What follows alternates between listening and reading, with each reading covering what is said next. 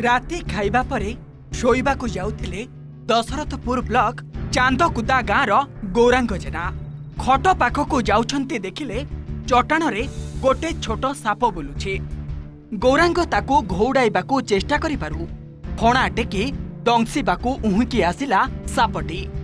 एतिकिरे गौरांगक पेढ़ई पानी इलो बापालो कही छाटी पिटी होई घरु दौड़ी पळाइले गौरांग।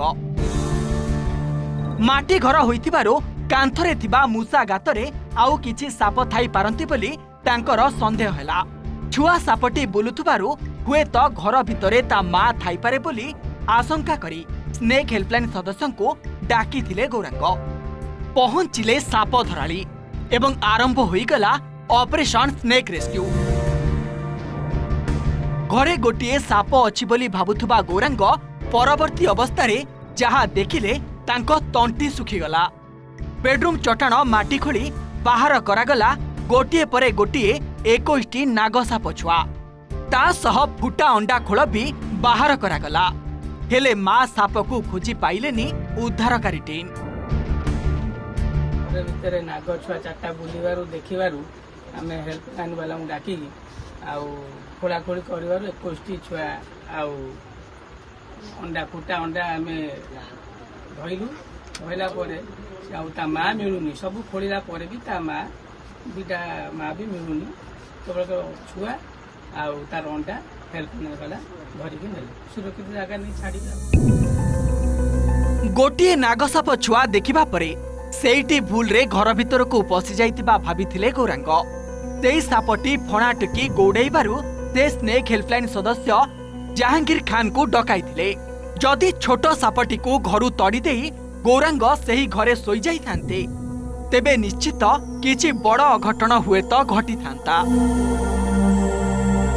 अन्य पक्षरे वर्तमान समय नागसाप अंडारू छुआ बाहर करिबार ऋतु चालुथबारु सतर्क रहिबाको परामर्श दैछन्ति विशेषज्ञ। खट उपरे मशारी टांगी सोइबा सह घरे थिबा मूसा गातको माटी लेसी बंद करिबाको परामर्श दैछन्ति स्नेक हेल्पलाइन राज्य संयोजक प्रमोद साहू।